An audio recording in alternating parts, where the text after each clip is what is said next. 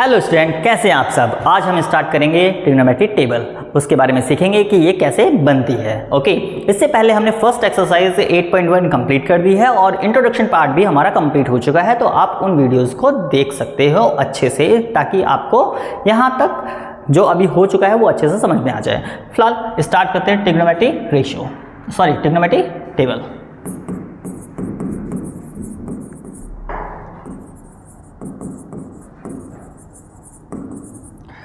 Trigonometry table के लिए आपको काउंटिंग आना बहुत ज़रूरी है, ठीक है। लेकिन कहाँ तक? 0 से लेके 4 तक, इससे ज़्यादा नहीं। ओके, तो फॉर एग्जांपल देखो, जहाँ पर क्या होगा 0, फिर 1, फिर 2, 3 एंड 4। ये हमने लिख ली काउंटिंग। कहाँ से कहाँ तक? 0 से लेके 4 तक। ओके, अब बच्चे ये आपके फिंगर्स पे होती हैं, ठीक है। 0 डिग्री, फिर 30 डिग्री, 45 और 60 और 90। तो बच्चे यहाँ पर हम मेंशन करते हैं 0 डिग्री, फिर 30 डिग्री एंड 45, 60 और यहाँ पर हमारा 90 डिग्री हो जाएगा। अब बच्चे साइन की वैल्यू देखते हैं कि वो बनेगी कैसे। जैसे कि यहाँ पर हमने बनाया साइन थीटा ले लेते हैं। थीटा का मतलब है यहाँ पर एंगल से होगा, मतलब 0, 30, 45, 60 एंड 90 में से कुछ भी यहाँ पर हो सकता है। अब बच्चे क्या करना है, ये जो हमने काउंटिंग लिखी थी इसको डिवाइड करना है आपको 4 से डिवाइड करोगे, उसके बाद इनका रूट, ठीक है। इसके बाद इसका क्या करना है, आपको रूट करना है। तो रूट कर दो सभी का, तो यहाँ पर ये हमारा रूट कर देंगे इसे। ओके, अब जो कटता है उसे कट कर दो। फॉर एग्जाम्पल इसको इससे कट करेंगे तो ये आ जाएगा हमारा 1/2। ये तो कटेगा नहीं, ये कट जाएगा, ओनली 1 रहेगा। ओके, अब साइन थीटा की वैल्यू देखो क्या क्या होगी। 0/4 तो 0 ही होगा। ओके, और 1/4, अच्छा 1 का रूट करेंगे तो 1 ही होता है, 4 का रूट करते हैं तो बच्चे 2 आ जाता है।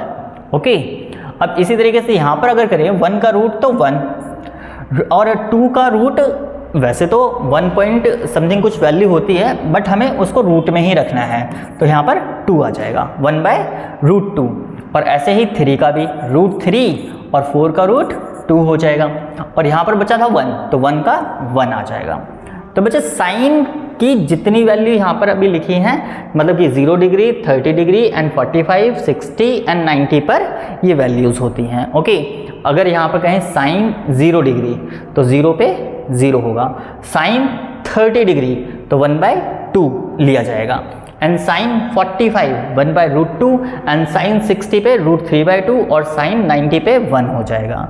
ओके, अब कॉस जो होता है बच्चे, इसके बाद हमारा क्या आता है, कॉस थीटा। कॉस थीटा उल्टा लिख दो इधर से, तो यहाँ पर आ जाएगा 1, फिर √3/2 और फिर 1/√2, फिर 1/2 और यहाँ पर 0। ओके, तो ये हमारा कॉस का वैल्यू भी कंप्लीट हो जाता है। अब इसके बाद बच्चे आता है टैन थीटा। तो टैन थीटा में क्या होता है, टैन थीटा जो होता है बच्चे, tan theta is equal to sine theta by cos theta होता है। मतलब कि जितनी भी साइन की वैल्यू है उसको नोमिनेटर में रखना है और जितनी भी कॉस की वैल्यू है उसको डिनोमिनेटर में रखना है। ओके, जैसे कि 0/1 तो 0 हो जाएगा। ओके, अब इसको हटाता हूँ मैं, तो इस फॉर्मूले का यूज़ होगा जो कि हम इंट्रोडक्शन पार्ट में ऑलरेडी कर चुके हैं। अब बच्चे दिस अपॉन में दिस, तो बच्चे इसके अपॉन में ये आएगा तो 2 से 2 कट जाएगा, तो यहाँ पर क्या बचेगा 1/√3। ओके, तो 1/√3, tan 30 पे 1/√3 हो जाएगा। अब बच्चे यहाँ पर देखा जाए तो दिस अपॉन में दिस, तो ये पूरा ही कट जाएगा, तो यहाँ पर कितना आ जाएगा 1 आ जाएगा। अब यहाँ पर भी इसी तरीके से साइन बाय कॉस करेंगे तो 2 से 2 कट गया, तो √3/1 होगा, तो √3 ही लिख दें, अपॉन में 1 लगाओ या मत लगाओ, उससे कोई फ़र्क नहीं पड़ेगा। तो हमारा tan का वैल्यू, tan 60 पे वैल्यू कितनी होती है, √3। अब बच्चे 90 पे क्या हो जाएगा, 1/0, तो 1/0 फंक्शन नॉट डिफाइंड हो जाता है बच्चे, तो यहाँ पर नॉट डिफाइंड हो जाएगा। तो मतलब कि tan की भी हमारी कंप्लीट हो गई। इसके बाद आता है बच्चे कॉट थीटा। कॉट थीटा जो होता है वो tan का उल्टा, मतलब कि इधर से चलेगा, जैसे हमने कॉस का लिखा था।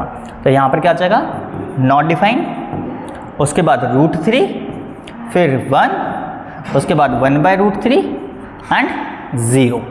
तो बच्चे कॉट की भी वैल्यू हमारी यहाँ पर कंप्लीट हो गई। अब किसकी बची? कॉसेक की और सेक की। तो उसको भी करते हैं हम।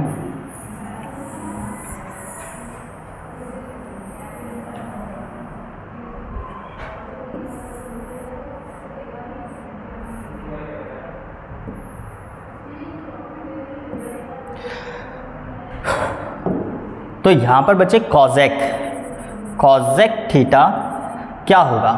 कॉसेक थीटा का जो फॉर्मूला होता है, कॉसेक थीटा जो होता है बच्चे वो 1 में साइन के बराबर होता है।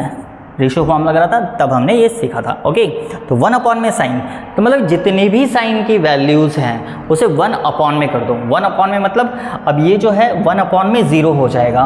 1 में 0, तो ये हमारा क्या होता है? Not define. ओके, तो यहाँ पर कितना आ गया? Not define. उसके बाद 1 में 1/2, मतलब कि 1 में 1/2, तो ये कहाँ जाएगा? ये ऊपर आ जाएगा, तो मतलब कि 2 बन जाएगा। ओके, तो यहाँ पर 2 हो गया। 1/√2, तो 1/√2 भी हमारा नीचे से ऊपर जाएगा तो √2 हो जाएगा। उसके बाद यहाँ पर 1 में √3/2, तो ये ऊपर जाएगा, तो ये कितना हो जाएगा? 2/√3, तो यहाँ पर हमारा 2/√3 हो जाएगा। और यहाँ पर 90 पे 1 में 1, तो इज इक्वल टू 1 ही रहेगा। तो मतलब कि ये हमारी किसकी बन गई? सारी की सारी कॉसेक की वैल्यू आ गई। ओके, उसके बाद हमारा क्या आ जाएगा? Sec theta. सेक थीटा जो होगा कॉसेक को उल्टा लिख दो, मतलब कि यहाँ पर 1, फिर सॉरी बच्चे ये √3 रहेगा। ओके, और यहाँ पर 2/√3, और यहाँ पर √2, फिर 2, और लास्ट में नॉट डिफाइंड।